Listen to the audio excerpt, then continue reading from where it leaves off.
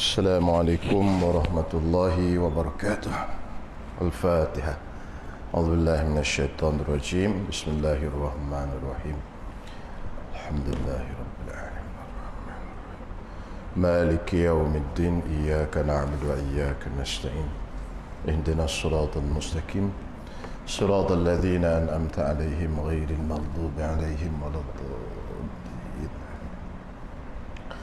بسم الله الرحمن الرحيم. الحمد لله رب العالمين، والصلاة والسلام على أشرف الأنبياء والمرسلين وعلى آله وصحبه أجمعين. رب اشرح لي صدري ويسر لي أمري واحلل عقدة من لساني يفقه قولي. سبحانك لا علم لنا إلا ما علمتنا إنك أنت العليم الحكيم، ولا حول ولا قوة إلا بالله العلي العظيم. اللهم فقهنا في الدين وعلمنا التأويل وارزقنا فهم النبيين وحفظ المرسلين وإلهام الملائكة المقربين برحمتك يا أرحم الراحمين. Baik, kita lihat pada kitab tamu kita ni, Syairus Salikin, pada muka surat 158. Muka surat 158. Al-jumlatul khamisatu fis sa'i. Termasuk pada jumlah, bermula jumlah yang kelima itu pada menyatakan sa'i. Sa'i ini salah satu daripada rukun haji dan umrah. Jadi kita masuk kepada perbincangan yang seterusnya selepas kita bincang perkara yang berkaitan dengan haji dan berkaitan dengan tawaf. Sekarang kita masuk bincang perkara yang berkaitan dengan sa'i pula. Kata dia, maka apabila selesai ia daripada tawaf, bila dah selesai daripada tawaf, maka hendaklah keluar daripada babus safa. Selepas daripada kita semayang sunat tawaf, lepas daripada semayang sunat tawaf, kita digalakkan pergi ke multazam apa semua tu. Lepas tu kita digalakkan untuk pergi istilam sekali lagi sebagai penutup istilam pada Hajar Aswad, seperti yang telah kita belajar pada kuliah sebelum ni. Lepas pada buat semua tu, lepas pada tawaf tu selesai, pada terakhirnya kita istilam balik Hajar Aswad, kita pergi salam dan cium tangan kita. Lepas pada tu kita bergerak nak pergi sa'i. Kita masuk ke pintu Safa, babus Safa, nama dia pintu Safa, hingga sampai ke bukit Safa. Kita pergi ke pintu babus Safa ni sampai naik ke bukit Safa, naik sampai naik. Sekarang ni tak boleh naik lah, dia pagar, boleh naik sekerat je. Naik tu, maka naik ia di atas tangganya. Kita naik, zaman dulu dia ada tangga. Naik atas tangganya sekira-kira seperdirian orang. Maknanya kita naik ni lebih kurang, manusia ni kalau dia berdiri berapa kaki? 4 kaki. 4 kaki tu tak? Dia punya seperdirian orang, maknanya ketinggian normal manusia. Berapa kaki? 4. 4 panjang. 4. 6 kaki. 6 kaki. Lebih kurang 6 kaki gitulah. Kita naik lebih kurang macam tu, 6 kaki. Tinggilah kita naik lebih kurang 5 atau 6 kaki seperdirian orang. Mana kita naik tu panjat, sunat panjat. Bagi yang mampulah. Kenapa macam tu? Demikianlah naik Rasulullah sallallahu alaihi wasallam hingga kelihatan Baitullah.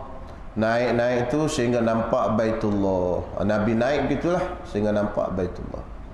Setelah itu maka dimulai sa'inya itu. Lepas daripada itu dia pun startlah sa'i dia. Padahal ia menghadap kiblat. Padahal sa'i tadi tu dia kena menghadap kiblat dulu sebelum dia sa'i. Jadi sa'i ni dia mesti kiblat ke arah kiri. Kalau kita duduk sofa tu kan, kena pusing kiri dulu, menghadap kiblat. Okey. Dan dibacanya, ini doa sebelum kita sa'i, kita baca Allahu Akbar, Allahu Akbar, Alhamdulillah, Allahu Akbar, Allahu Akbar. Alhamdulillahi ala ma hadana. Alhamdulillahi bimahamidihi kulliha, ala jami'i ni'amihi kulliha. La ilaha illallah wahdah, la syarika lah, lahul mulku wa lahul hamdu, yuhyi wa yumit, biyadihil khairu wa huwa ala kulli syai'in qadir. La ilaha illallah wahdah, sadaqa wa'dah, wa nasara abdah, wa a'azza jundahu, wa hazamal ahzaba wahdah. La ilaha illallah mukhlisina lahuddin, walau karihal kafirun. La ilaha illallah mukhlisina lahuddin. Alhamdulillahi rabbil alamin. Fasubhanallahi hina tumsuna wa hina tusbihun. Walahul hamdu fis samawati wal ardi wa ashiyan wa hina tuzhirun.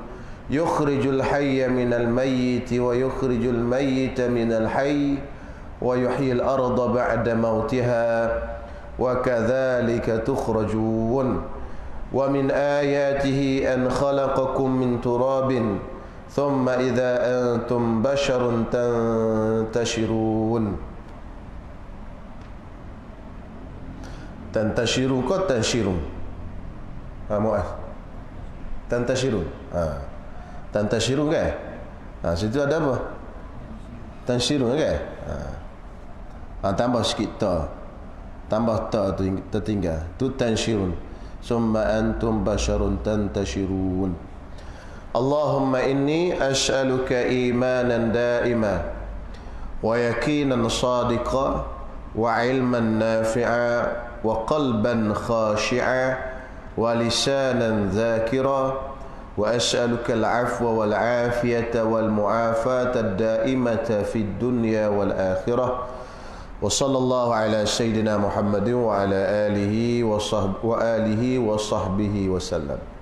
Itu panjang doa dia tu. Terjemahannya artinya yang maha besar Allah, yang maha besar segala puji tertentu bagi Allah. Atas barang yang memberi petunjuk ya Allah akan kami. Segala puji tertentu bagi Allah. Aku memuji akan Allah Ta'ala dengan sekalian puji atas segala nikmatnya. Dan tiada Tuhan yang sebenarnya melainkan Allah yang Esa, yang tiada sekutu baginya. Baginya kerajaan dan baginya segala puji.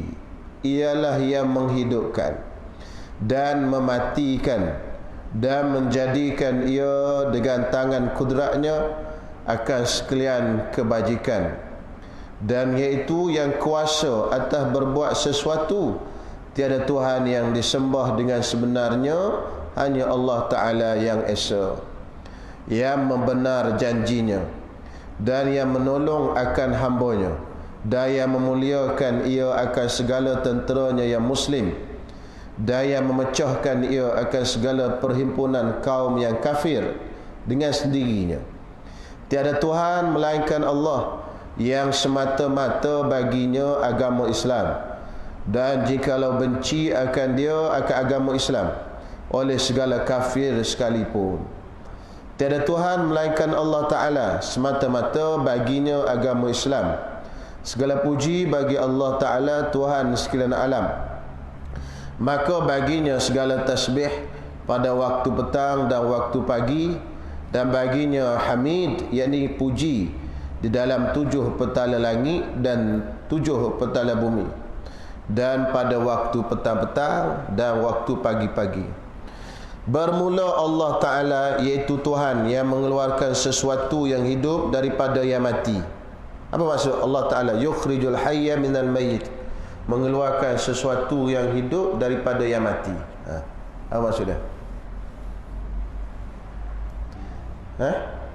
Allah Ta'ala bawa keluar hak hidup daripada hak mati. Maksudnya manusia ni keluar daripada benih yang mati.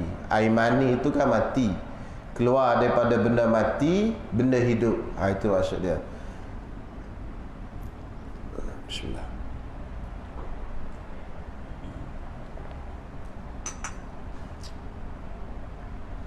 Keluar daripada benda mati, iaitu benda hidup. Iaitu Tuhan yang mengeluarkan sesuatu yang hidup, iaitu manusia dan haiwan, daripada yang mati, iaitu daripada benih yang mati, iaitu air mani. Air mani itu kan mati, tak hidup. Keluar daripada air mani, hak nampak mati itu, walaupun pada hakikat zahir dalamannya dia ada benda hidup, tapi kita tengok seketul gitu juga, pada zahirnya dia benda mati. Keluar daripada benda mati itu benda hidup. Dan mengeluarkan sesuatu yang mati daripada yang hidup, iaitu mengeluarkan air mani itu yang mati daripada yang hidup, daripada manusia dan haiwan. Gitu. Boleh faham? Manusia, Allah Ta'ala yang menjadikan yang hidup daripada yang mati. Maksudnya mani itu mati jadi manusia. Wa yukhrijul mayyita minal hayy, dan mengeluarkan benda yang mati daripada benda hidup. Itu mengeluarkan air mani hak mati keluar daripada mana? Daripada manusia dengan haiwan. Itu maksudnya. Jadi benda mati itu keluar daripada hidup, benda hidup tu keluar daripada benda mati. Boleh faham proses tu? Allah ajaib kan Allah Ta'ala. Benda mati itu, air mani itu keluar daripada benda hidup. Siapa benda hidup? Daripada manusia. Benda hidup tu keluar daripada benda mati. Daripada mana? Daripada air mani. Gitu. Proses. Allah. Ini maha kaya Allah Subhanahu Wa Taala. Tengok, saintis tak jumpa lagi masa ni. Tak ada saintis lagi ni. Saintis baru jumpa kemudian kan? Dia lambat jumpa. Allah Ta'ala dah cerita lama dah.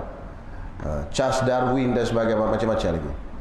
Dan yang menghidupkan akan bumi, kemudian daripada matinya. Dulu bumi mati, kemudian Allah Ta'ala hidup, tumbuhkan tumbuhan daripada wa yuhyil arda ba'da mautiha. Itu terjemahan tu.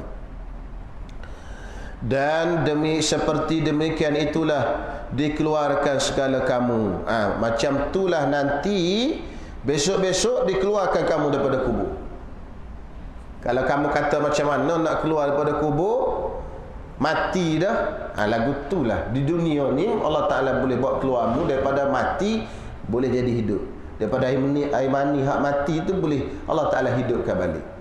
Kalau besok-besok orang kafir kata lagu mana orang mati nak keluar daripada kubur, ini tak ajaib kau di dunia sekarang ni. Daripada bumi mati boleh keluar pokok tumbuhan. Bumi itu tak ada hidup apa. Keluar tumbuhan, keluar durian, keluar rambutan, keluar apple, anggur dan sebagainya. Jadi Allah Ta'ala beri misal, kamu tu dikeluar daripada air mani yang mati. Air mani yang mati tu keluar daripada benda yang hidup. Kalau kamu tu dunia ni sekarang ni pun Allah Ta'ala buat macam tu dah, besok-besok Allah Ta'ala nak keluar daripada kubur, tak ada payah apa. Pasal orang kafir jahiliah, dia tak percaya manusia ni akan dibangkitkan daripada kubur. Atau Allah Ta'ala kata wa kadzalika tukhrajun, lagu itulah kamu besok-besok dibangkitkan daripada kubur. Dan setengah daripada tandanya, yakni tanda kekuasaannya itu, setengah daripada tandanya, tanda kekuasaan Allah Ta'ala, bahawa menjadikan ia Allah Ta'ala akan kamu daripada bumi. Allah Ta'ala kata ni, asal kejadian kita daripada bumi. Kemudian tiba-tiba jadi kamu manusia yang bercerai. Mereka itu maksudnya yang bertebaran. Bercerai itu tantashirun, bertebaran di atas muka bumi. Darwin kata manusia daripada beruk. Allah Ta'ala kata manusia ni daripada mana? Daripada tanah. Wa min ayatihi an khalaqakum min turab, daripada tanah. Bumi itu maksud tanah. Turab tu tanah, Abu Turab. gelaran kepada Sayyidina Ali Abu Turab. Okay? Pasal sekarang satu hari Sayyidina Ali ni bergaduh dengan Sayyidatina Fatimah. Dia manusia ni kahwin ni biasa, bergaduh ni benda kita tak boleh nak lari. Walaupun isteri solehah pun bergaduh itu biasanya ada. Gitu. Jadi Sayyidina Ali pun merajuk. Sayyidina Ali pun keluar pergi tidur dalam masjid. Masjid Nabi kan tak ada tiles, lantai itu tanah. Nabi tidur. Sayyidina Ali pun tidur, lekat tanah habis atas belikat dia. Pasir tanah. Nabi pergi pujuk menantu dia. Ya Aba Turab, wahai bapak tanah. Kan tanah melekat. Itu gelaran Sayyidina Ali Abu Turab. Bapak tanah. Okay? Kalau kita merajuk pergi kedai mamak tu biasa. Ada. Sayyidina Ali pun ada biasa. Tu hubungan rumah tangga, tak boleh nak lagi dah. Jadi min turabin, daripada tanah. Summa idza antum basyarun tantashirun, kemudian manusia yang bertebaran. Jadi manusia bertebaran atas muka bumi.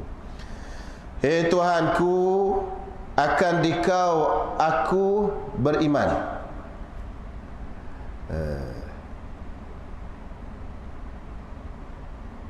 Bukan gitu tu.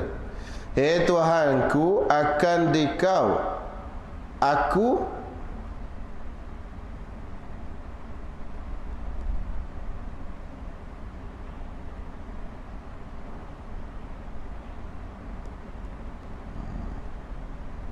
kena tambah tu. Allahumma inni as'aluka imanan. Nak takwil tak boleh, kena tambah juga. Kalau boleh kitab ni, sebelum kita tambah, kita takwil dulu, cari-cari dulu. Pasal tak comel kita ubah-ubah kitab orang kan. Benda hak orang ni kita nak sobek-sobek ni tak boleh. Tapi kalau tak boleh tu baru kita ejah. Dia terjemah Allahumma inni as'aluka imana. As'aluka itu tak ada terjemah. Itu aku akan dikau aku pohonkan. Aku pohonkan. Aku pohonkan. Aku pohonkan iman. Hei Tuhanku, akan dikau aku pohonkan iman yang sentiasa kekal. Imanan daimah. As'aluka tu aku pohonkan. Boleh pohon. Bukan pohon pokok jambu tu. Pohon tu memohon. Tambah sikit. Aku pohonkan.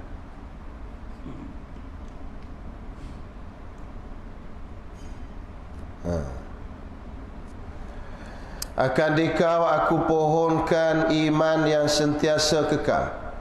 Dan aku pohonkan akan dikau akan yakin benar dan ilmu yang memberi manfaat, ilman nafi'at, ilmu bermanfaat. Pasal ilmu ni ada dua. Satu ilmu bermanfaat, ilmu tak memberi manfaat. Itu kita tak nak. Dan hati yang khusyuk dan lidah yang berzikir. Minta pada Allah Ta'ala supaya beri lidah yang berzikir. Dan aku pohonkan akan dikau akan maaf dan afiat. Afiat ni selamatlah. Dan maaf yang berkekalan di dalam agama dan di dalam dunia dan dalam akhirat, dan rahmat Allah Ta'ala dan salamnya. Itu terjemah wa sallallahu alaihi wasallam Muhammad tu. Rahmat Allah dan salamnya atas penghulu kita Nabi Muhammad dan atas keluarganya dan sahabatnya. Habis setakat tu terjemahan. Tanda buat korongan ke apa ke. Setakat tu terjemahan doa tu. Dan sayugianya, itu hak lain, itu huraian lagi. Dan sayugianya, yakni sunat meminta doa barang yang dikehendakinya, kemudian daripada segala doa yang tersebut itu. Lepas daripada doa, kita doa atas tu, kita minta lah doa apa? Tepat mustajab doa di atas bukit Safa dan Marwah. Kemudian dah habis dia minta doa, dia baca doa atas tu, dia pun minta doa apa dia nak.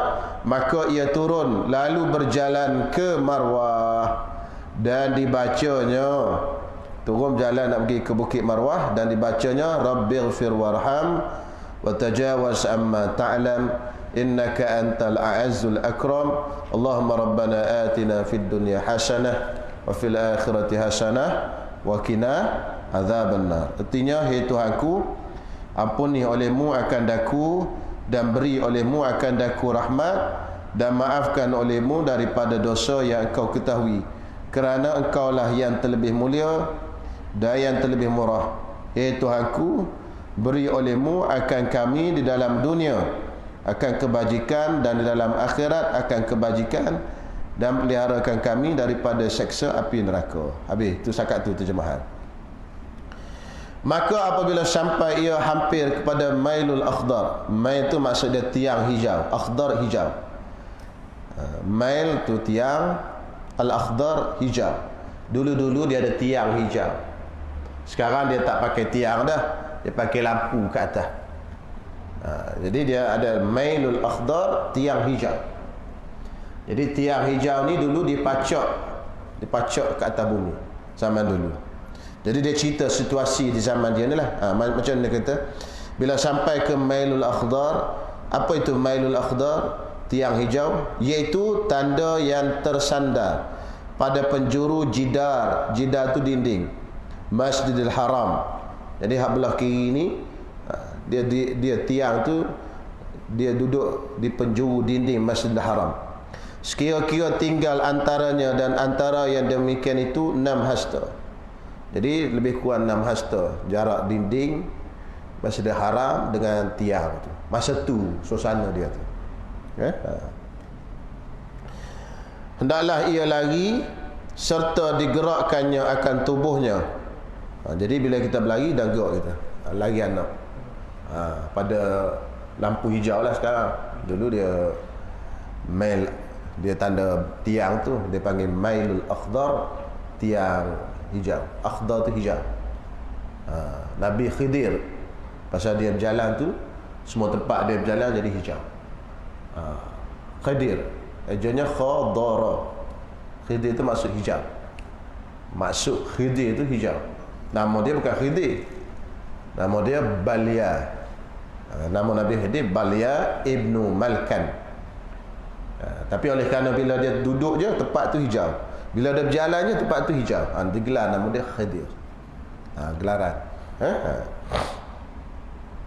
Jadi Mailul Akhdar iaitu batang ataupun kayu penanda yang warna hijau yang tersandar di penjuru jidar. Jidar tu dinding Masjidil Haram. Sekira-kira tinggal antaranya dan antara yang demikian tu 6 hasta. Hendaklah dia lari serta digerakkannya akan tubuhnya, lari anak, hingga sampai ia kepada tentangan Mail Akhdar itu, sampai ke hak depan satu lagi, batang hijau depan satu lagi, iaitu tanda yang kedua, iaitu satu tersandar pada jidar Masjidil Haram dan satu lagi tersandar pada jidar rumah Sayyidina Abbas. Belah kanan. Dia rumah Sayyidina Abbas ni dulu duduk di sebelah ni lah. Kalau kita biasa pergi, dia duduk di kawasan Syekh Ali ni. Pasal keluarga Nabi Sayyidina Abbas, dia duduk belah ni belakang. Belah kawasan tempat berhenti bah, tandah perempuan apa semua itu kawasan perkampungan Nabi. Tapi kaji Arab Saudi dia tak peduli mana situ. Dia biar je. Rumah kelahiran Nabi sebelah tu, maktabah. Biasa pergi tahulah. Lepas tu depan sikit tu tandah. Tandah tu rumah Khadijah. Dia buat tandah rumah Khadijah. Lepas tu tepi ni sikit dekat dengan pintu Bani Syaibah ni, pintu hak Nabi selalu keluar masuk, Bani Syaibah.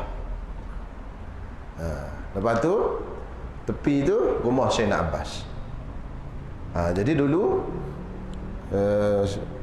tiang ni disandarkan di rumah Sayyidina Abbas lah. Sekarang dah roboh lah rumah tu, tak ada lah.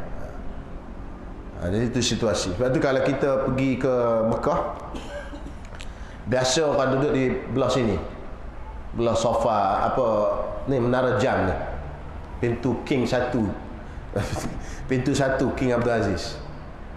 Jadi kita hari-hari kita larak gaji ni, kita pusing ke belakang lah. Musa ikut belakang ni masuk ke pintu Bani Syaibah. Sunat masuk ke situ. Pintu satu ni tak sunat.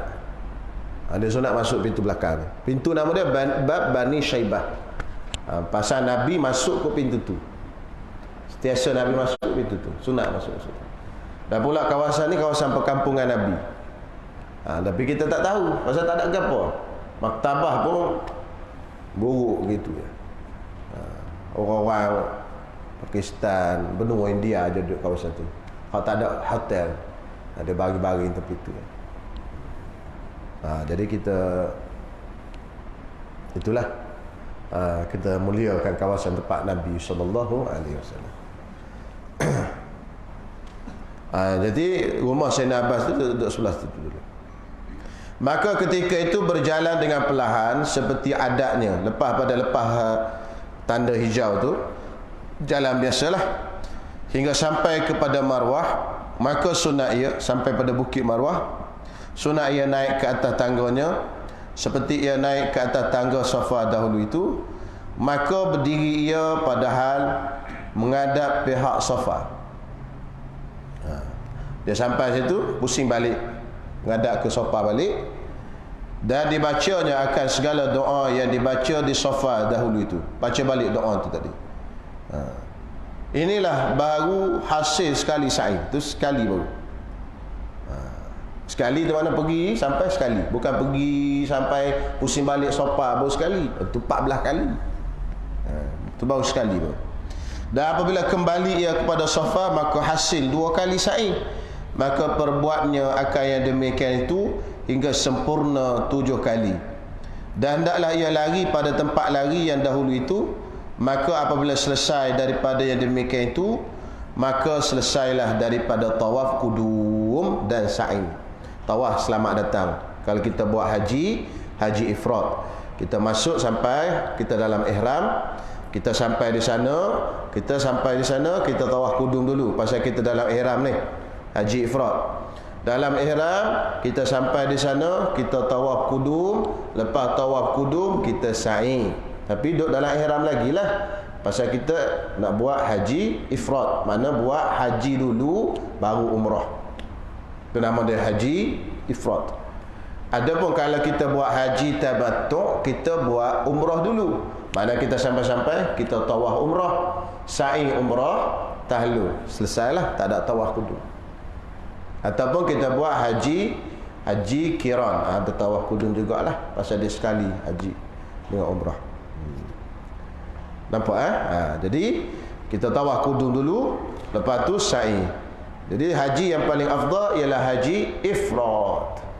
Haji paling afdal sekali haji ifrad. Maka selesailah daripada tawaf kudum dan sa'i, dan keduanya itu sunat jua. Tetapi apabila tawaf ia tawaf kudum dan tawaf itu dikata sunat. Tetapi apabila tawaf ia fardu yang kemudian daripada wukuf, tapi kalau dia ada sa'i ni, lepas tawaf kudum dia pun sa'i, walaupun benda itu sunat. Dia tawaf kudum tadi sunat, sa'i pun sunat. Okey. Kemudian daripada wukuf, nanti lepas dia wukuf nanti dia kena tawaf rukun, tawaf fardu. Lepas wukuf di Arafah hari ke-9, dia balik ke Mekah, dia pun tawaf. Lepas pada tawaf, maka iaitu saigianya jangan diulangi akan sa'inya lagi, kerana telah jadi sa'inya itu. Sa'i hak tadi dia buat tadi lepas tawaf kudum tu dah jadi sa'i rukun dah. Dah cukup dah. Okey. Kemudian daripada tawaf kudum itu, sa'inya itu dengan sa'i kemudian daripada tawaf kudum itu, kerana tiada disyaratkan sa'i itu kemudian daripada wukuf. Bukan syarat sa'i itu lepas pada wukuf, hanya senya disyaratkan sa'i itu hendaklah ia jatuh, yang ini berlaku kemudian daripada tawaf. Barang apa tawaf apa pun tak apa, yang penting dalam ihram haji. Bersalahan tawaf tak sama dengan tawaf haji, maka iaitu disyaratkan ia kemudian daripada wukuf di Arafah. Tawaf tak boleh buat sebelum, dia kena lepas wukuf. Adapun sa'i boleh buat sebelum wukuf pun tak apa, tapi syaratnya lepas daripada tawaf. Tawaf apa-apa pun boleh. Tawaf kudung ke, tawaf apa, tak ada masalah. Tapi dalam ihram, semasa dia dalam ihram haji. Dan sunat dalam sa'i itu suci daripada hadas dan najis. Sunat saja. Kalau dia tengah-tengah sa'i itu berkentut, tak apa. Pasal tidak syarat suci daripada hadas, semua sunat saja. Jadi sunat dalam sa'i itu suci daripada hadas dan daripada najis. Jadi kita ambil wuduk legaklah nak bersa'i tu. Dan pakaian kita kena bersih daripada najis. Bersalahan tawaf tak sama dengan tawaf. Maka iaitu syaratnya itu suci daripada hadas dan daripada najis, seperti yang telah engkau ketahui dahulu itu. Kerana tawaf ni seperti semayang, kata Nabi. At-tawafu bimanzilati salati illa anna Allah ahalla fihi al-kalam, atau kama qala Rasul sallallahu alaihi wasallam. Tawaf itu seperti sembahyang, melainkan Allah Ta'ala halalkan pada tawaf itu bercakap-cakap. Itu saja. Lain daripada itu, sama macam semayang. Semayang kena tutup aurat, tawaf kena tutup aurat. Semayang kena menghadap kiblat, tawaf pun hadap kiri kiblat. Semayang kena ada wuduk, tawaf pun kena ada wuduk.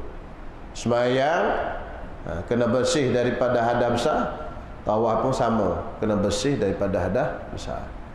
Jadi sama. Melainkan bezanya, tawaf boleh bercakap, semayang tak boleh bercakap. Ingat tu? Tawaf sama macam semayang. Kalau tengah-tengah tawaf, batal semayang, kena berhenti. Kan? Ada pun sa'i ni tak apa. Betul orang haid boleh sa'i. Contoh dia lepas-lepas tawaf, datang haid dia, tak apa, pergi sa'i. Tak ada masalah, sah. Tapi tawaf tak boleh. Selagi tak suci daripada haid dan nifas, kena tunggulah sampai suci. Bila suci barulah boleh tawaf. Sa'i dulu boleh Ustaz? Tak boleh. Sa'i itu mesti lepas pada tawaf. Dia berekek. Atau berekek, berangkai. Kalau tawaf boleh sendiri, tapi sa'i dia kena berangkai dengan tawaf. Bismillah. Habis al-jumlatus sadisah fil wuquf. Wukuf ini sambung kuliah akan datang. Panjang ni, banyak buat doa lah. Kawasan sa'i tu masuk dalam Masjidil Haram? Tak. Sa'i bukan kawasan Masjidil Haram. Kawasan mas'ah, tempat mas'ah tu bukan dalam Masjidil Haram sampai hari kiamat. Sebab tu orang haid nifas boleh masuk. Orang haid nifas boleh sa'i. Kalau dalam masjid tak boleh. Satu kalau kita nak semayang, kita kena semayang masuk dalam. Jangan duduk dalam kawasan mas'ah. Pasal semayang dalam kawasan mas'ah tu dia panggil semayang luar masjid. Nak iktikaf tak boleh.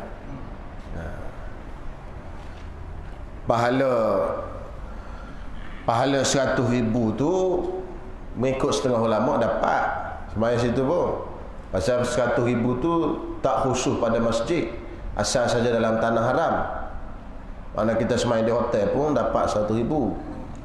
Pasal dia kata ulama, dia tak khusus pada Masjidil Haram. Dianya yang penting dalam tanah haram. 100,000 tu amalan kita buat dalam tanah haram, 100,000 belaka. Cuma orang tak boleh intikaf dia lah. Intikaf tak boleh. Pasal dia bukan masjid. Orang haid pun boleh masuk.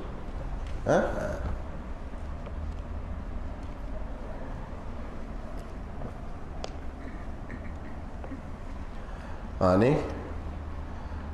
Tajul Urus, hikayat daripada Qusrat 39. Kat tengah-tengah tu hikayat, ada korongan tu, hikayat cuba Qusrat 39. Hikayat adalah daripada setengah mereka itu ulama-ulama dan orang-orang soleh. Adalah daripada setengah mereka itu orang yang dahulu, tiada keluar ia orang-orang yang dahulu, tiada keluar ia sembahyang berjamaah. Dia tulis tu berjumaat, tapi sebenarnya berjamaah. Bolehlah dobik kok mana berbaris ke, atau nak baiki sikit. tambah jim mim ain alif, jim mim alif ain ta marbutah, berjamaah. Itu dia tulis itu berjemaah, dia sebenarnya berjamaah. Adalah setengah mereka itu ulama, orang yang dahulu tiada keluar ia orang yang dahulu sembahyang berjamaah. Kenapa? Kerana sesuatu yang jadi binasa hatinya pada ketika berjalan ia kepada tempat sembahyang berjamaah itu. Jadi ada juga ulama-ulama dulu tak keluar pergi sembahyang berjamaah kerana di jalanan mereka itu banyaknya racun-racun yang boleh merosakkan hati mereka. Banyaknya maksiat-maksiat yang boleh merosakkan hati mereka. Jadi mereka pun tak sembahyang, tak keluar sembahyang berjemaah atas takwilan ini. Atas takwilan ini mereka tak keluar sembahyang berjemaah. Itu ada juga sebahagian daripada itu. Dan daripada mereka itu, dan setengah daripada orang yang tak keluar sembahyang berjemaah itu, Malik bin Anas, iaitu Imam Malik, pengasas mazhab Maliki radhiyallahu taala anhu, meredai Allah taala daripadanya. Jadi Imam Malik ni dia tak keluar sembahyang berjemaah di Masjid Nabawi. Dia duduk Madinah. Dia gelar ada Imamu Ahlil Madinah, imam bagi orang Madinah. Pasal apa dia tak keluar? Antara takwilannya, mula-mula dulu dia keluar, dia duduk dalam masjid, dia mengajar dan sebagainya. Lepas tu dekat usia hujung dia tak keluar. Pasal apa sebenarnya dia tak keluar? Wallahu alam. Tapi macam-macam takwilan. Jadi pengarang kita ni, Syekh Ibn Atha'illah As-Sakandari ni, dia kata tak keluar Imam Malik tu pasal Imam Malik tak boleh. Di jalanan tu banyak benda mungkar. Jadi Imam Malik tak nak tengok benda mungkar yang merosakkan hati dia. Tiba-tiba dia tak mampu nak cegah benda itu. Itu satu-satu takwilan. Ada juga yang mengatakan Imam Malik tak keluar tu pasalnya dia terkena penyakit salisul baul, iaitu kencing beser, kencing menitis, tak tus. Lalu Imam Malik takut mengotorkan masjid. Lalu Imam Malik pun tak keluar. Ada juga yang mengatakan Imam Malik tak keluar tu pasal dalam Masjid Nabawi itu pada waktu itu dah ada lukisan dan ukiran, sedangkan pada pandangan Imam Malik, mazhab dia tak boleh diukir di dalam masjid. Tak boleh buat ukiran dalam masjid. Mazhab kita pun sama. Cuma mazhab kita makruh. Jadi mungkin pada pandangan dia itu haram buat ukiran dalam masjid, pasal ukiran itu melalaikan orang. Jadi sekarang ni masjid ni banyak ukiran. Sebenarnya makruh ukiran tu. Di mihrab ni kan banyak. Sekarang ni banyak pas tulis. Tulis ni tak elok mana. Tu imam depan baca. Apa benda dia tulis ni? Jadi hilang khusyuk. Makmum belakang pun sama juga. Makmum lagi kuat membaca pasal dia tak baca apa. Sama juga dengan hak tulis manjang tu kan. TV kita ni kita angkat atas sikit, tak ke bawah. Tak apa. Pasal apa? Pasal takut orang tengok. Oh malam ni kuliah Ustaz Zaki, esok lambat pula keluar. Lambat pula keluar. Esok apa? Tak keluar lagi ni. Tengok imam rokok pun dia tak tengok apa dah. Itu antara sebab ya. Dia lalai. Kalau khot ataupun tulisan kan, berbelit-belit lagi dia nak try baca. Apa dia? Apa? Imam pula baca panjang kan. Macam-macam dia tengok. Itu antara sebabnya lah. Memang makruh. Dan Allah yarham Syekh Dr. Muhammad Said Ramadan Al-Buti memang melarang benda itu dibuat depan. Tapi jadi satu trend sekarang, mihrab ni tulis ayat Quran depan. Rendah pula tu. Kalau tinggi tahan sikit. Itu susah lah. Kalau kita cakap kan kata tak cantik ya Ustaz, kosong, apa benda kosong kata dia. Yang susah ya. Susah belaka tu. Tapi makruh lah. Tidaklah sampai haram, makruh dalam mazhab kita. Itulah antara takwilan-takwilan yang menyebabkan Imam Malik tak keluar. Tapi di sini takwilan Syekh Ibn Athaillah Sekandari itu kerana macam itulah. Katanya Imam Malik, kerana semayang berjemaah itu untung dan laba, dan adalah laba dan untung itu tiada dikira-kira ia, melainkan sudah sempurna asal modal harta perniagaan. Orang tak kira untung, melainkan dah dapat modal. Kalau tak dapat modal, untung apa? Maka apabila sudah sempurna asal harta itu, yakni sekalian hakikat yang batin dan zahir, barulah dapat pahala sekalian yang sunat. Barulah dapat sekalian yang sunat. Jadi pahala sembahyang berjemaah itu sunat. Nak dapat hak sunat, kena selesai dulu hak wajib dan yang hak haram. Jadi hak haram tu antaranya ialah benda-benda mungkar kita tak selesaikan. Macam mana nak dapat pahala sunat sembahyang berjemaah tu? Ini antara takwilan dia lah. Tapi kita di dunia sekarang ni, dunia yang banyak fitnah, agaknya takwilan ini agak susah kita nak pakai ni. Kalau kita pakai takwilan ini, maka kosonglah masjid kita. Pakai tak mari berlaku lah, pasal di zaman ni memang fasad ataupun maksiat ni terlalu banyak. Nak jalan ke masjid yang dekat pun penuh kerosakan-kerosakan di tepi jalan. Adapun di zaman dia ni tak banyak. Jadi kalau dia jumpa satu ni pun dia tak boleh dah. Zaman kita ni ibarat macam kita kata ginilah, saksi wali nikah pada asalnya tak boleh fasik. Itu hukum asal dalam mazhab Syafi'i. Tapi bila sampai ke zaman Imam Ghazali tengok ramai dah orang fasik. Ayah-ayah ni ramai dah hak fasik, hak buat dosa besar. Zaman tu tahun 500 Hijrah. Lalu fatwa Imam Ghazali kata, apabila dah umum fasik ni, dah banyak sangat orang buat dosa, maka sahlah nikah dengan wali fasik, kerana darurat. Jadi pasal itulah sah nikah tu, wali dan saksi yang fasik sah pasal darurat.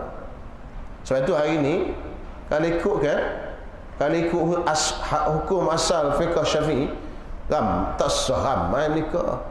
Kalau wali tak fasik, saksi pula fasik. Kadang-kadang kita panggil je pak saksi, kita panggil mai kita kata siapa apa ni mai jadi wali, jadi saksi ni, saksi nikah. Padahal kawan tu semayang pun tak semayang, kan fasik, dosa besar. Kadang-kadang kita cari saudara mara, ni pak saudara dia lah jadi saksi, pak saudara dia lah. Bagi orang luar apa, bagi pak saudara lah eloknya saudara mara, kan? Pak saudara masuk.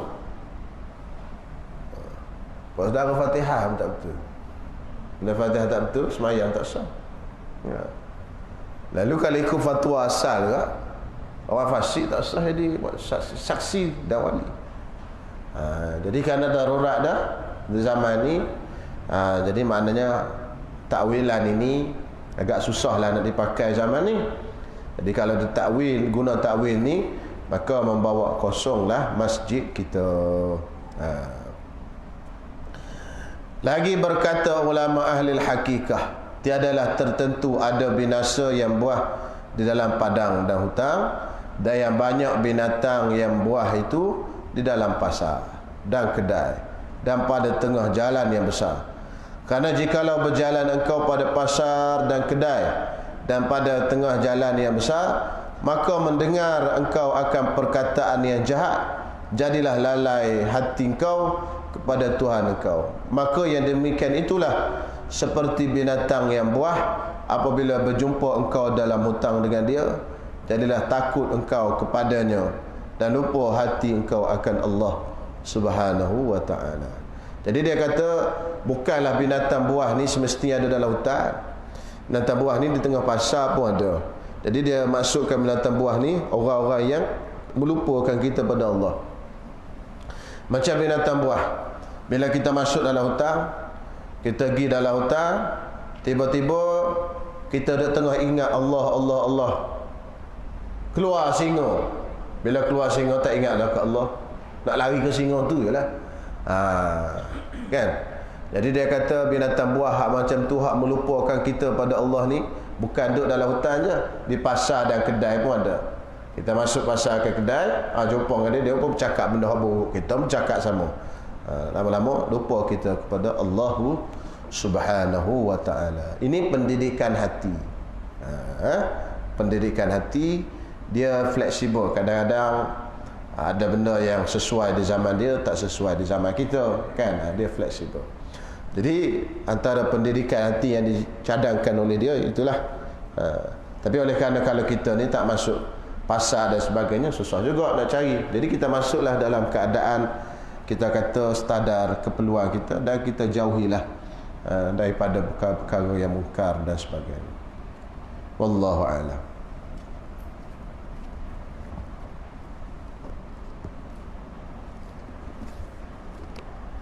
Ya Allah.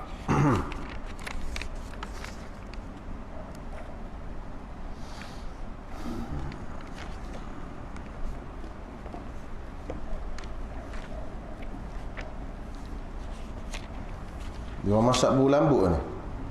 Bulu syurah.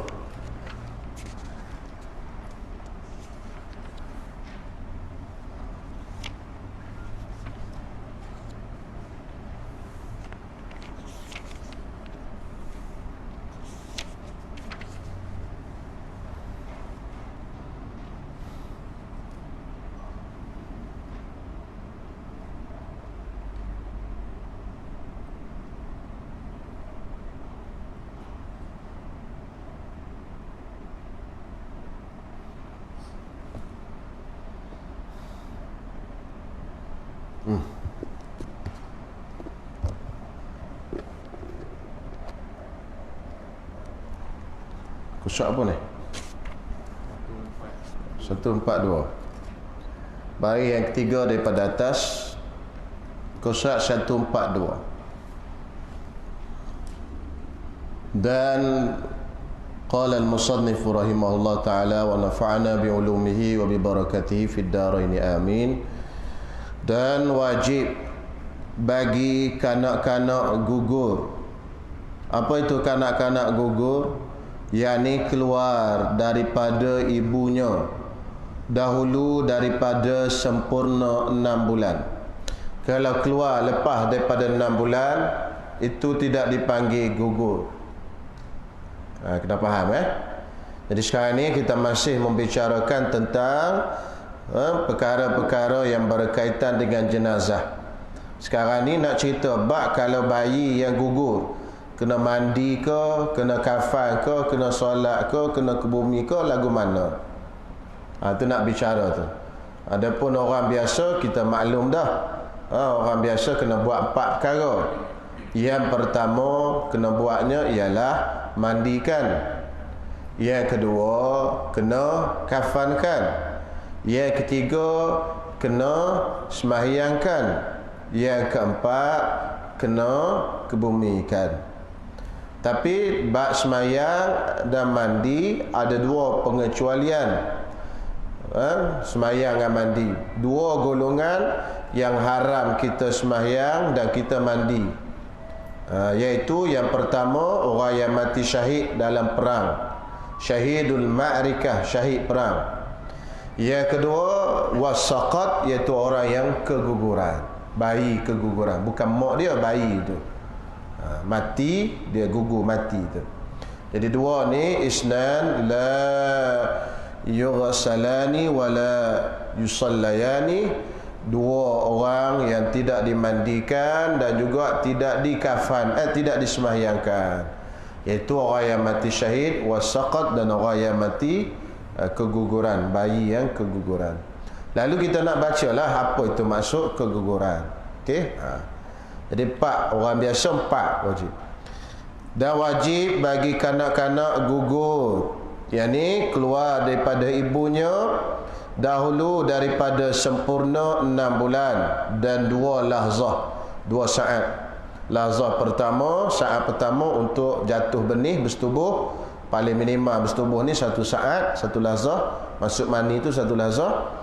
Dan lahzah saat yang kedua iaitu saat bersalin, iaitu paling minimal orang bersalin 1 saat pam keluar terus. Jadi 6 bulan 2 lahzah, 2 saat. Itu paling minimal kandungan. Lepas daripada 6 bulan 2 lahzah itu sudah tak dipanggil gugur lagi. Kalau bayi keluar daripada perut mak dia 7 bulan, maka itu dah orang dewasa, bukan keguguran lagi, dah bayi cukup sempurna, kena buat seperti orang dewasa. Ingat formula dia, mana-mana bayi yang keluar selepas daripada 6 bulan kandungan mesti buat 4 perkara tadi mengikut Imam Ramli. Ibn Hajar kata semayang kena cek dia keluar hidup ke tak hidup. Kalau keluar tak hidup tak boleh semayang juga. Tapi pendapat ini jarang diguna. Yang banyak diguna dalam kitab mana-mana Hasyiah pun pendapat Imam Ramli, iaitu lepas daripada 6 bulan mesti buat 4 perkara: semayang, mandi, kafan dan kebumikan. Jadi lepas pada 6 bulan tak payah cerita banyak lah. Itu je, sama macam orang dewasa. Okey. Hak ceritanya sebelum daripada 6 bulan. Contohnya dia keluar umur 5 bulan kandungan. Okey, baik. Dia keluar sebelum daripada 6 bulan 2 lahzah, 1. Dan tiada tanda hidupnya. Tak ada tanda hidup. Tanda hidup ni maknanya macam dia keluar menangis ke, dia keluar bergerak ke, dia keluar senyum ke, berkelip-kelip mata ke, tanda hidup. Kalau ada tanda hidup lain. Ni dia keluar sebelum 6 bulan dan tak ada tanda hidup. Okey? Dah faham? Dan sudah berupa. Kita tengok ada kaki, tangan, muka semua cukup sifat, ada rupa. Okey.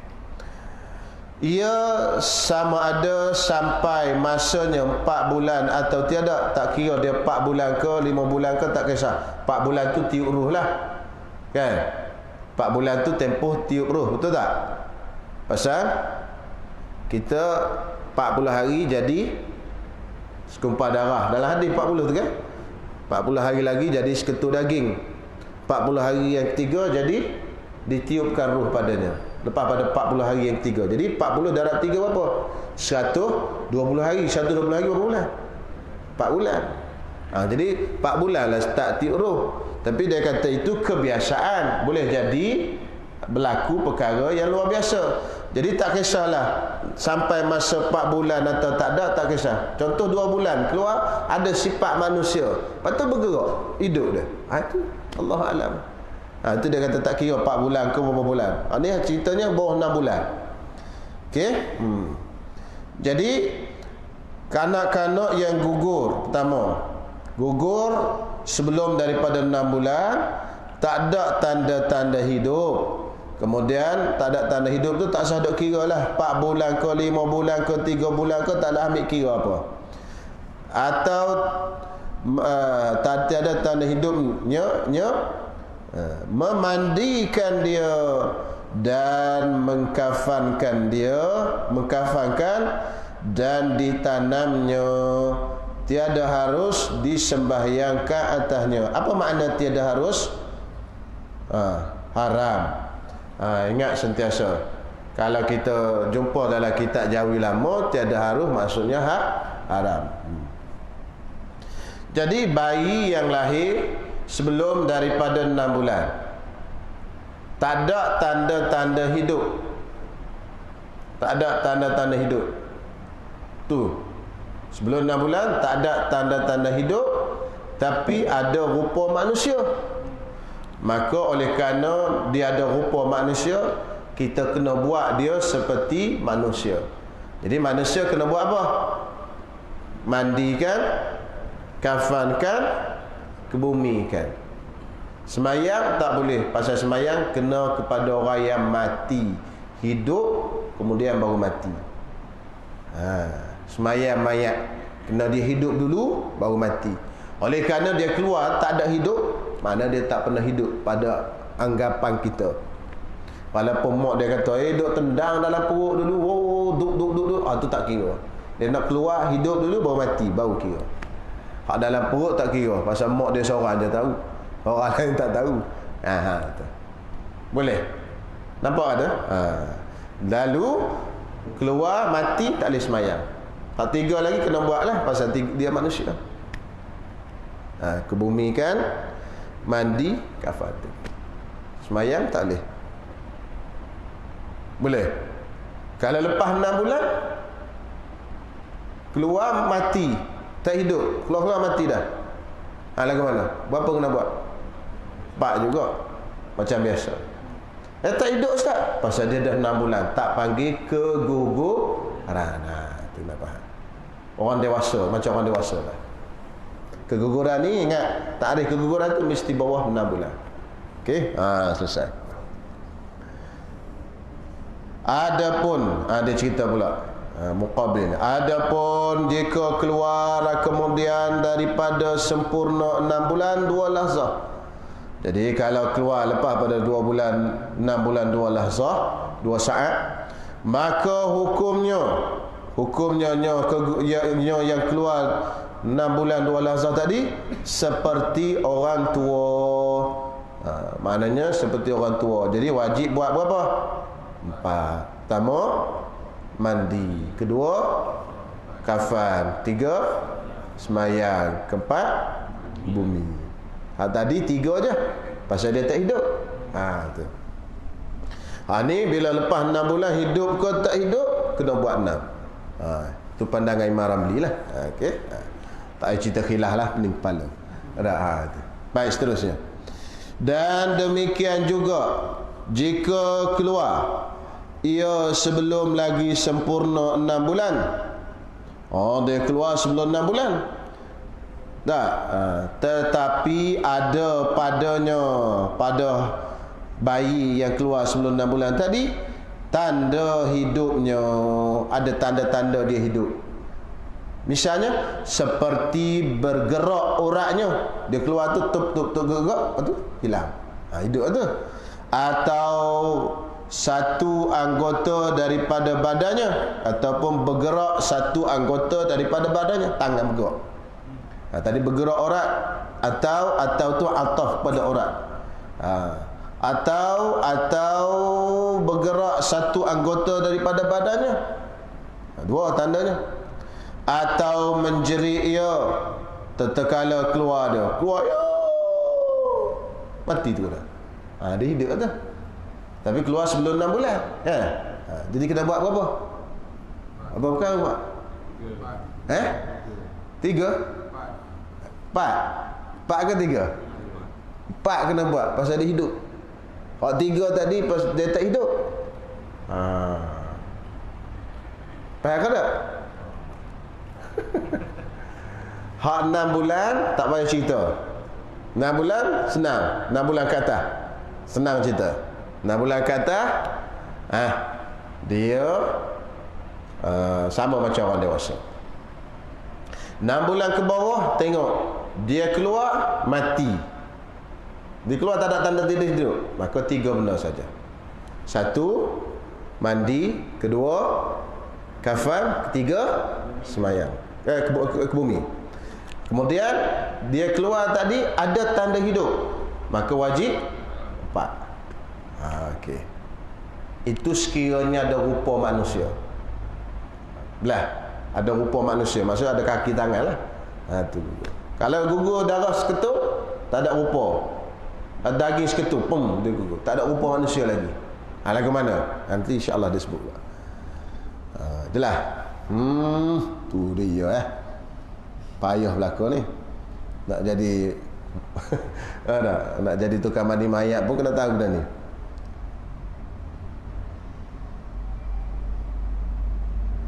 Adapun jika keluar ia bayi tadi dahulu, yakni sebelum daripada 6 bulan, dia keluar sebelum 6 bulan dan tiada tanda hidupnya, tak ada hidup, tak ada menjerit, tak ada bergerak, tak ada apa, dan tiada zahir padanya rupa anak Adam, tak ada rupa anak Adam, tak ada muka, tak ada kaki, tak ada tangan.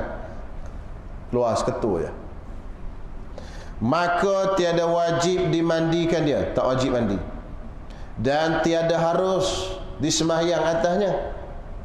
Tiada harus apa? Tiada harus apa? Haram sembahyang tadi. Mandi tak wajib. Tapi kalau nak mandi tak apa. Itu biasa. Tiada wajib dengan tiada harus. Tiada wajib maksudnya mandi tak wajib. Kalau nak mandi boleh. Tiada harus apa? Haram. Kalau sembahyang haram. Jangan sembahyang. Tiada harus sembahyang. Sembahyang tak boleh sembahyang langsung.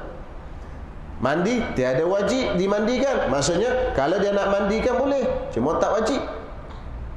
Itu maksud beza antara tiada wajib dengan tiada harus. Sembahyang tak boleh, mandi tak wajib. Nak mandi juga, mandi ikut tak ada masalah. Dah rajin sangat mandi Dan disunatkan bahawa dibungkuskan dia pada kain dan ditanamkan dia. Sunat saja bungkus, tanam. Kalau tak bungkus boleh? Tak tanam boleh? Baby perempuan tu turun darah, turun daging seketul, pum. Tengok-tengok daging seketul. Jadi mandi tak wajib, tapi nak mandi boleh lah. Basuh tu lah makna mandi basuh. Semayang haram, tiada harus. Kemudian dia kata sunat dibungkuskan dan ditanamkan. Kalau tak bungkus tak tanam boleh tak? Boleh?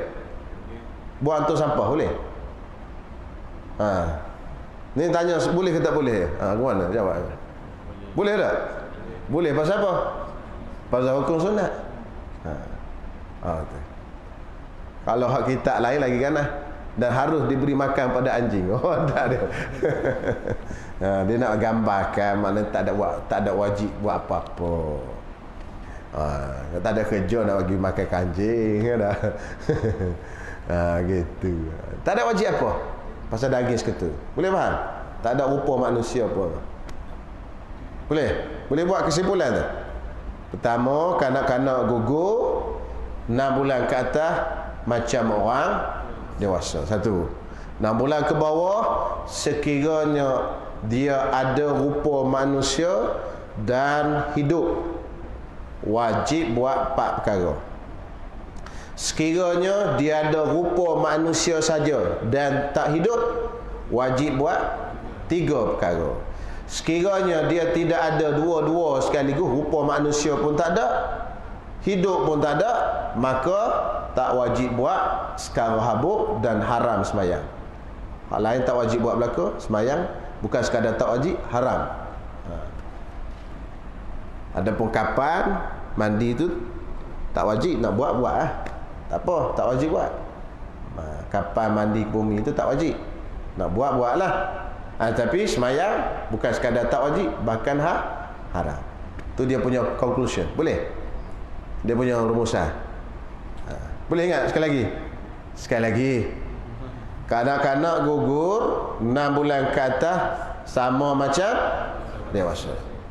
6 bulan ke bawah dilihat. Kalau ada tanda hidup dan juga rupa manusia, wajib padanya berapa? 4 perkara. Kalau ada tanda rupa manusia saja tapi tak ada tanda hidup, maka wajib padanya 3 perkara. Mandi,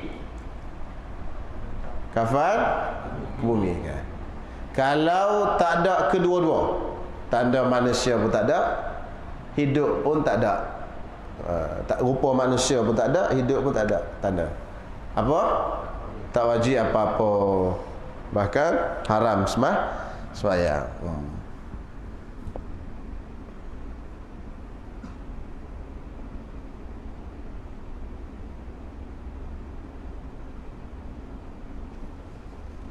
Ni dalam syair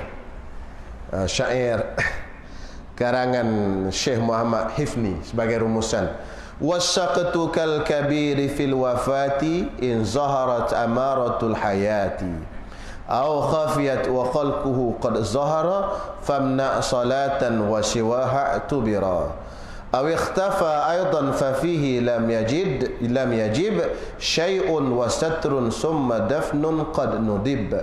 Dalam Bajuri ni dia kata apa? Wasaqtu, kanak-kanak yang gugur tu makna bawah 6 bulan lah. Kal kabiri fil wafati, seperti orang yang dewasa ketika dia mati. Yang zaharat amaratul hayati, sekiranya ada zahir tanda-tanda hidup, menjerit ke apa. Au khafiyat wa khalquhu qad zahara, ataupun tak ada tanda-tanda hidup tapi khalquhu, kejadian dia, maknanya anggota dia, sifat manusia dia zahara, zahir, ada. Famna salatan, mana haram semayang, wasiwaha tubira, selain pada semayang boleh buat. 3 benda. Aw ikhtafa aidan, ataupun sifat manusia pun tak ada juga, hidup pun tak ada, sifat manusia pun tak ada. Fa fihi lam yajib, pada dia tu tak ada wajib satu perkara. Lam yajib syai'un, tak ada wajib satu apa pun. Wa satrun summa dafnun qad nudib. Satrun, tutup, bungkuh, kemudian dikebumikan, semua itu sunat belaka. Tu dia matan tu, hafal lah kan, matan dalam apa, syair yang disebut oleh Imam Hifni. Jadi kesimpulannya, orang yang keguguran ni ada 3 keadaan. Bayi keguguran yang pertama, iaitu kalau dia ada tanda 6 bulan ke atas tu tak panggil gugur kan, nak faham lah. Hak gugur 6 bulan ke bawah ada 3. Pertama, kalau ada tanda-tanda hidup, maka wajib macam orang dewasa. Yang kedua, tak ada tanda hidup tapi ada sifat manusia, maka wajib 3 perkara. Yang ketiga, tak ada, dua-dua pun tak ada, tanda hidup pun tak ada, sifat manusia pun tak ada, tak wajib apa-apa, bahkan haram semayang ke atas dia. Selesai. Dan orang yang syahid, orang yang mati syahid, yang mati pada ma'rikah, yang ni mati pada tempat perang dengan kafir, perang dengan kafir, iaitu tiap-tiap orang yang mati kerana berperang dengan kafir pada masa peperangan. Dia mati tu dengan perang dengan kafir dan mati dalam tempoh peperangan. Kalau dia sakit masa perang, dia berapa-apa luka kena tikam kat musuh, tapi tak mati. Habis tamat perang, dia balik ke rumah, mati di rumah. Itu bukan mati syahid ma'rikah. Dia naknya mati kerana berperang dengan orang kafir. Satu, pada masa peperangan. 2, mati pada masa peperangan orang kafir. Satu, dan mati pula dalam tempoh peperangan. Kalau balik mati ke rumah, tak jadi. Kena mati, kena ke bumi seperti orang biasa. Pahala syahid tu dapat, tapi mayat dia macam orang biasa. Kita kena faham. Jadi tak ada, bukan tak ada istimewa. Mayat dia dikebumikan macam biasa, itu je. Istimewa tu ada kelebihan juga di akhirat. Okey. Sama ada, tak kisahlah. Yang penting 2 syarat tadi, mati dalam tempoh peperangan, dan mati tu peperangan dengan kafir. Sama ada dibunuhkan dia oleh kafir, sama ada yang bunuh dia tu orang kafir, atau orang muslim dengan tersalah. Jadi dia perang-perang ramai-ramai, tak ingat, tak kenal ni orang kafir, orang Islam terbunuh, tak apa, mati syahid juga. Tak kisah. Kan, tukar tentera. Atau dengan senjata dirinya, dia perang-perang lebah kuat sangat, kena oleh dia, mati dia, mati syahid juga dia. Syarat mati dalam tu. Atau dengan terajang kudanya. Ya Allah, kuda dia naik gila itu. Tak cukup dedok ke apa, tak tahu kan. Tendang dia, mati dia. Mati syahid juga. Syaratnya mati dalam perang tu. Atau kerana jatuh daripadanya kuda, atau didapatkan dia mati di dalam tempat perang. Tengok-tengok dia mati dalam tempat perang. Mati sebab apa tak tahu. Mati mungkin ceret-beret ke, wallahualam, tengok-tengok mati dah dia. Kira mati syahid juga. Mungkin dia salah makan malam tadi kan. Wallahualam, kita tak tahu. Tengok-tengok dia dah mati dalam perang tu. Termakan racun ke apa, wallahualam. Itu. Semua tu dikira mati syahid. Atau mati Dan jika tiada zahir padanya suatu sekalipun, tak zahir apa-apa pun, tak nampak luka apa pun, tak ada zahir suatu pun, tak ada nampak luka apa pun. Tu. Mana tadilah macam sakit perut ke apa tak tahulah. Tengok-tengok mati dalam perang. Dia ni mati besar apa? Tengok tak ada. Luka kena tendang kuda pun tak ada, luka kena pancung pun tak ada. Tak ada apa. Kira mati syahid juga syaratnya gitu. Bersalahan, berlainan orang yang mati kerana berperang. Dia mati tadi kerana berperang, tetapi tiada di dalam masa perang. Dia mati balik rumah dah. Itu bukan mati syahid makrifah.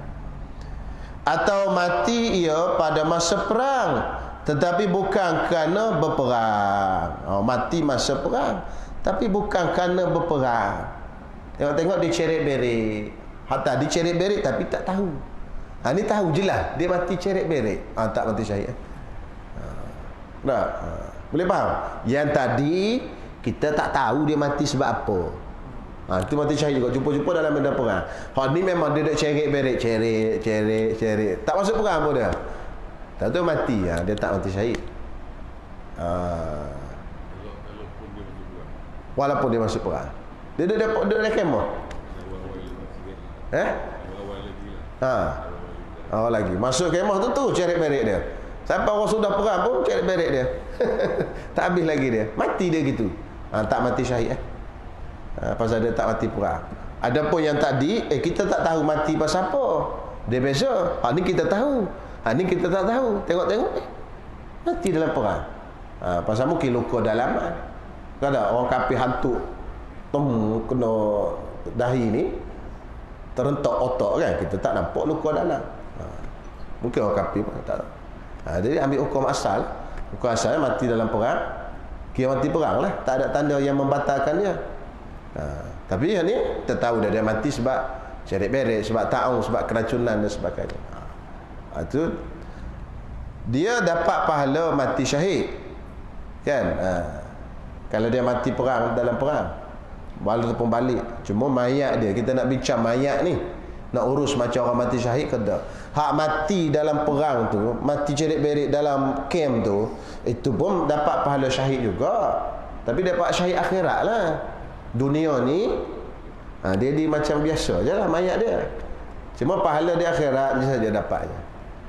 Dia ada syahid dunia akhirat. Mana dunia hukum mati syahid, mana tak payah semayang, tak payah mandi, tak boleh semayang, tak boleh mandi. Ni kalau dia mati sakit perut tadi, dia sama macam mayat biasa, tapi di akhirat dia dapat pahala sama je. Mayat biasa macam orang ramai, tapi dia dapat ganjaran di akhirat je. Yang ini ganjaran dunia dan akhirat. Maksudnya kemuliaan di dunia dia dapat dah. Mayat dia tu special. Mayat dia special, tak payah mandi, tak payah semayang, tak boleh mandi, tak boleh semayang. Faham tak? Kerana berperang, dikafankan dalam kainnya. Orang yang mati syahid tadi kena kafankan dalam kainnya yang berlumur dengan darahnya. Dan jikalau kainnya itu sutra sekalipun, kapan gitu je, tak payah buka baju dia tu, bukuh dalam tu saja. Ambil kain putih, bukuh sekali dengan baju-baju dia. Itu saksi dia di hari akhirat. Tu dia. Akhirat dia bangun, dia rasa bangga. Ni darah berperang, mati syahid. Dah buka baju dia. Walaupun baju yang dia pakai tu kain sutra sekalipun, kain sutra kan haram, tak payah buka. Maka jika tiada cukup, sekira-kira tiada menutupkan badannya, ditambahkan atasnya sehingga litup sekalian badannya. Kalau pakaian yang dia pakai itu tak boleh menutup, tutuplah, tutup dengan kain lain, kan, supaya tutup semua badannya. Ditambahkan atasnya hingga litup badannya, sekalian badannya, dan ditanamkan, dan tetapi tiada harus. Apa makna tiada harus? Haram dimandikan, dan jikalau ia berjunub atau haid atau nifas sekalipun tak boleh mandikan. Masa dia mandi, masa dia masuk perang tadi, dia terlupa mandi wajib, mati dia. Kita tahu tak mandi wajib lagi, tak boleh mandikan juga. Mulia lagi, hebat lagi mati syahid. Habis hilang, habis junub semua, tak ada apa. Dan tiada harus. Apa makna tiada harus? Haram. Tiada harus disembahyangkan atasnya sama ada ia laki-laki atau perempuan atau kanak-kanak atau merdeka atau sahaya orang. Tak boleh mandi dan tak boleh kafan, tak boleh sembahyang, haram. Kalau rajin pun tak boleh, haram. Dua. Habis. Dan sekurang-kurang mandi. Itu dia nak cerita cara mandi ya. Wallahu a'lam.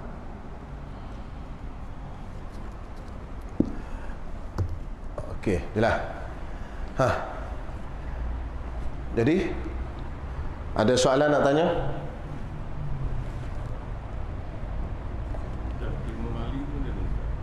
Kimali.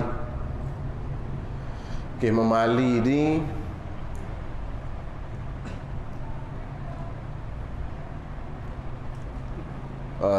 dia perang, diserang, kan? Kemudian isu sekarang ni berperang dan diserang tu dengan siapa itu. Jadi berlaku khilaf jugalah sekitar dulu. Mufti Kedah, mufti lah, kan, mengambil pendapat dalam fiqh. Mengambil pendapat dalam fiqh mazhab kita Imam Syafi'i pasal berperang tadi tu bukan berperang dengan orang kafir. Dikata mereka bukan mati syahid, bukan mati syahid ma'rikah lah. Syahid akhirat tu pastilah, syahid akhirat tu pasal dibunuh, kan. Cuma mayat dia tu dia urus macam biasa. Sebahagian tok guru mengambil pendapat yang mengatakan bahawasanya mereka ni mati syahid juga, walaupun bukan berperang dengan orang kafir sekalipun. Pendapat yang lain lah, kan. Lalu pendapat itulah yang dipakainya, yang dipakai dan digunakan oleh, dikeluar tak silakan Tuan Guru Haji Umar Zudi lah. Dia pun orang alim. Adalah pendapat dia ambil tu, dia orang alim, kan. Jadi berlaku khilaf, tapi akhirnya mengambil pendapat Tuan Guru Umar Zudi atas dasar dia orang alim dan dia pun orang ngaji lama dan sebagainya. Jadi kalau kita ambil atas pendapat dia tu, kira mati syahid lah, kan? Tapi kalau kita ambil zahir kitab-kitab fiqh, tak lah, pasal dia tidak berlawan orang kafir. Tapi ada qaul lain dan sebagainya, gitulah pendapat. Pasal dia berlawan dengan sama Islam, dia panggil burah. Kalau burah berperang dengan burah ni tak mati syahid. Macam Sayyidina Ali berperang dengan Muawiyah. Kalau dalam mazhab kita tak kira mati syahid lah, mana-mana pihak pun. Pihak Sayyidina Ali wa imma pihak Sayyidina Ali wa imma pihak Sayyidina Muawiyah. Jadi mati ke bumi macam biasa saja. Tak ada kata tak boleh sembahyang, tak boleh apa. Pasal kedua-duanya itu adalah orang Islam, dan salah satunya burah. Fa in barat ihdahuma. Sehingga salah satu daripadanya burah melampaui batas. Dah sambung dengan fa in barat ihdahuma. Mula-mula fa aslihu, kan. Kapo tengok dah. Ayat ada fa in barat ihdahuma tu. Faqtulul ladzi tabghi. Gitu kan? Faqtulul ladzi tabghi.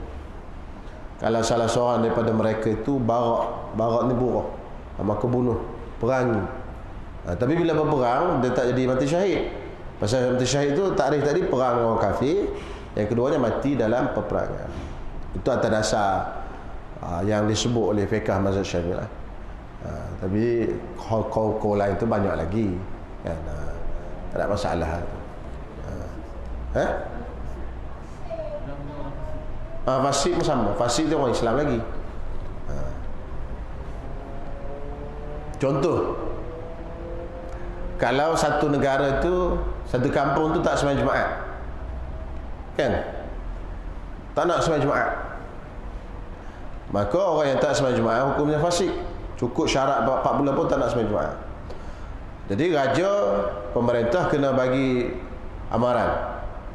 Bila dah bagi amaran beberapa kali tak dengar juga, maka menjadi tanggungjawab raja untuk memerangi, kena perang.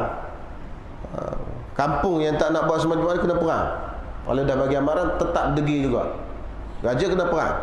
Lalu tentera yang pergi perangi itu mati, Mati kan, berperang dengan orang tak sembahyang Jumaat ni mati. Berperang orang fasik tak sembahyang Jumaat.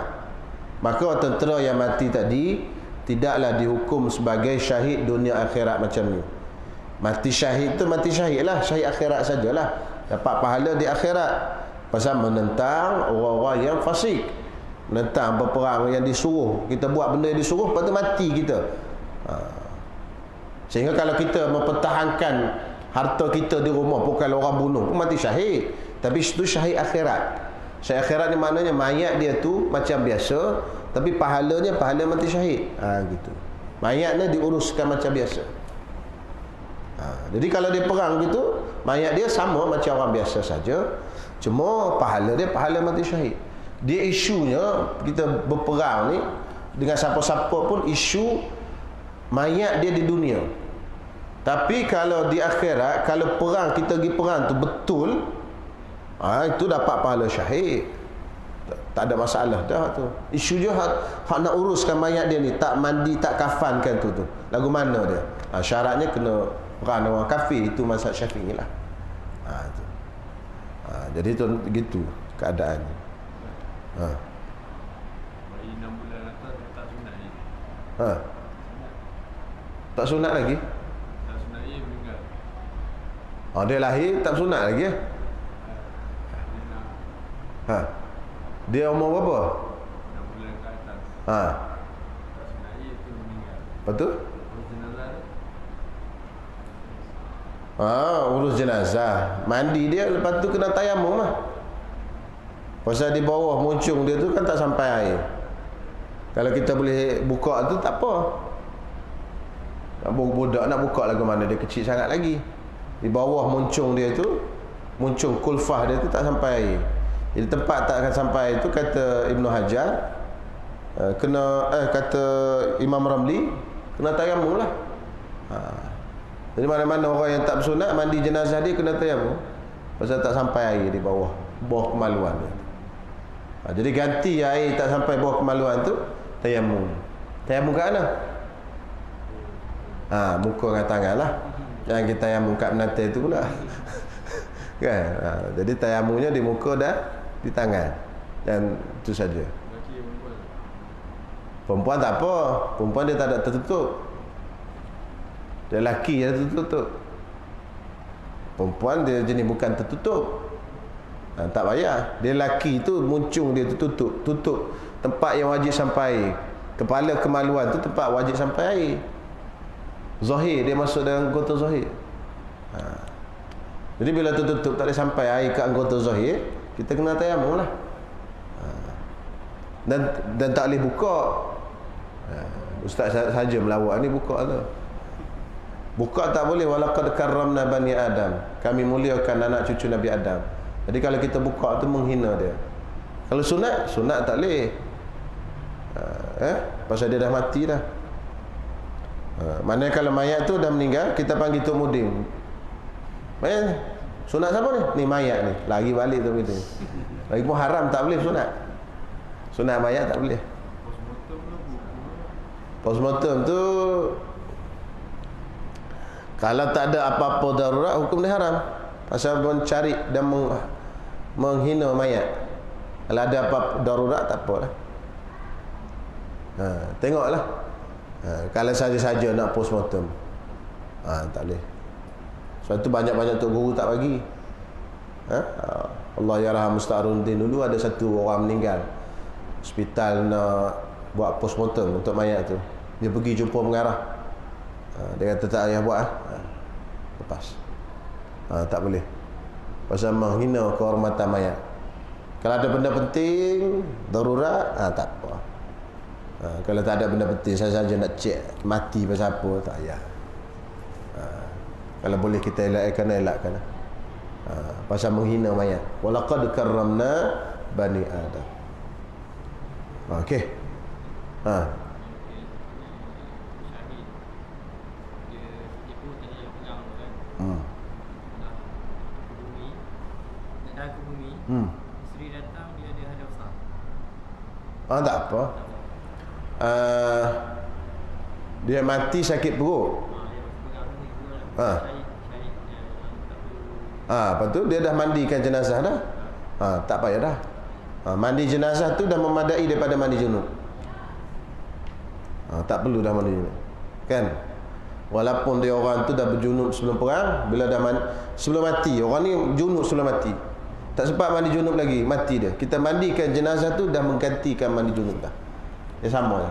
Pasal tu ulama klasifikasikan mati tu dalam perkara-perkara yang mewajibkan mandi. Kalau mandi wajibkan mandi kita ada 6. Pertama, junub, kan? Keluar mani, bersetubuh, lepas tu mati, keluar darah haid, nifas, berhenti darah haid, berhenti darah nifas, dan wiladah bersalin. 6 benda. Jadi mati tu masuk dalam satu kategori. Maknanya dia boleh sekali gabung.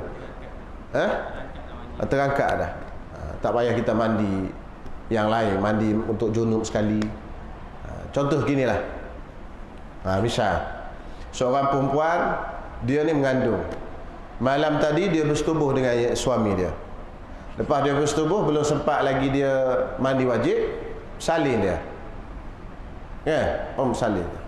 Lepas bersalin, terus datang darah nifas. Berapa dah? Junub, darah nifas, bersalin, lepas tu darah nifas. Lepas tak ada habis darah nifas 2, 3, 4, 5, 6 hari, mati dia. Ada 3 ni kan? Nak mandi berapa kali? Sekali ya. Mandi mayat tu cukup lah, selesai. Tak payah mandi. Ni hak junub itu. Lepas tu ni hak bersalin. Ni hak nifas. Ni baru mandi mayat. Letih kan? Sekali tu je. Tak payah mandi berkali-kali. Kira mandi mayat tu kira jadi dah lah. Okey, insya-Allah. Banyak adakah perkara yang menghalang kemuliaan orang yang syahid ma'rakah ni? Kalau syahid ma'rakah ni ada benda yang boleh menghalang kemuliaan dia, antaranya yang disebut dalam hadis Nabi iaitu hutang. Hutang. Tapi bukan secara mutlak lah. Hutang tu ada beberapa syarat lah. Yang pertama, dia berhutang tu tidak kerana darurat. Hutang tu dia berhutang bukan kerana darurat. Dia tak perlu pun pada berhutang.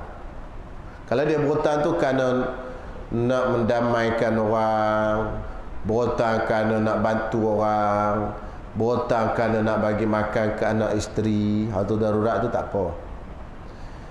Yang kedua, dia sengaja tak bayar hutang. Itu baru tu. Adapun dia berhutang untuk bagi makan ke anak isteri dia, lepas tu sampai kesudah dia tak ada duit nak bayar hutang, tak berdosa. Bukan kata berdosa semua dah. Dia ada tafsilan dia lah. Dia berhutang itu pasal nak bagi makan ke anak isteri, tak ada anak, tak ada duit. Berhutanglah dia. Lepas tu sampai kesudah dia tak mampu untuk apa? Untuk bagi makan, untuk bayar balik hutang tu.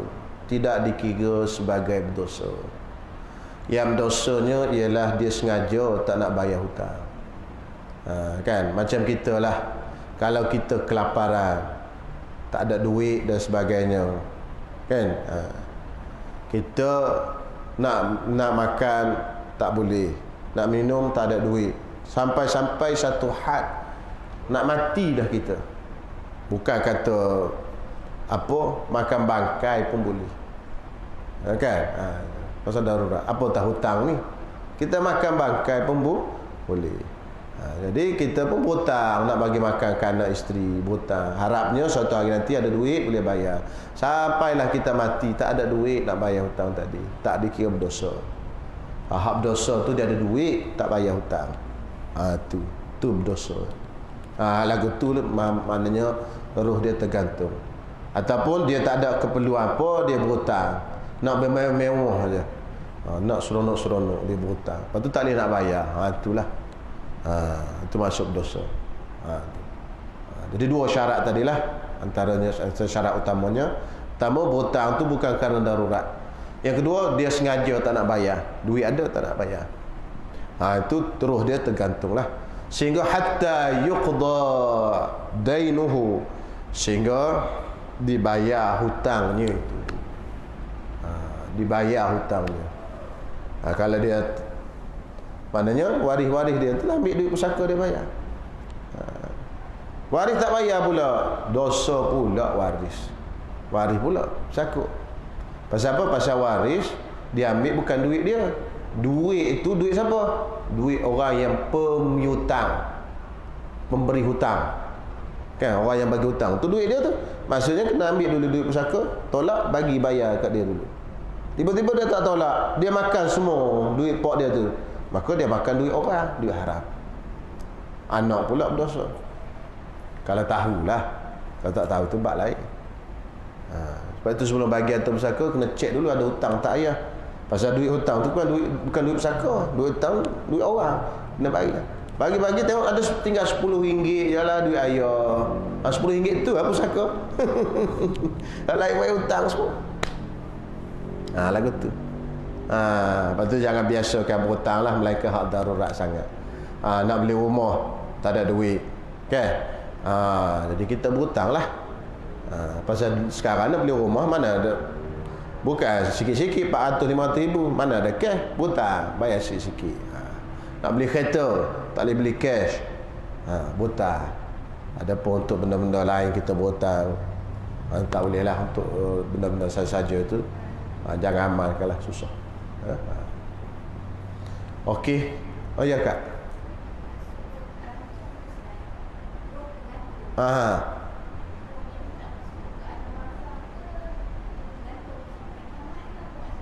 Ruh dia ini tergantung, maksud dia di dalam alam barzakh dia tidak dapat apa yang sepatut dia dapat.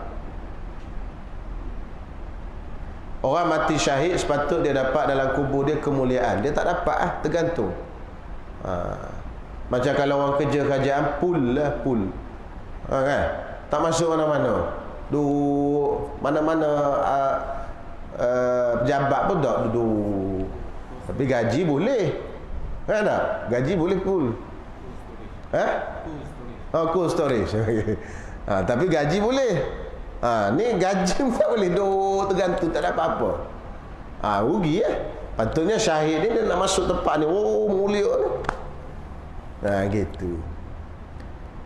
Adakah azab pun tergantung juga? Misal kata dia patut dapat azab, tapi dia tak payah hutang, tergantung. Azab pun tak dapat Dah azab tu tak dapat. Hak baik dia tak dapat. Itu maksud. Hak baik ni dia tak dapat. Benda-benda baik dia mati syahid patut dia dapat, tapi tak dapat. Hole situ patut mati syahid ni dapat kemuliaan dalam kubur, dapat ini, tak dapat semua. Kan? Di akhirat biasa-biasa pun patutnya dia dapat semua kemuliaan yang boleh. Dia tak dapat sehinggalah orang yang bayar hutang ni maafkan dia. Pasal dia berkait dengan manusia. Dosa dengan manusia, kan? Roh dia tergantung. Roh dia tak dapat menikmati nikmat dalam kubur. Maksudnya bila mati sepatutnya dapat nikmat kubur, kan? Nikmat dapat makanan, minuman, tak masuk syurga, nikmat dalam kubur. Tapi dia tak dapat. Kepunyaan keistimewaan semua tak dapat. Tengok orang, tak dapat aku tadi. Tu makna roh tak dapat merasai.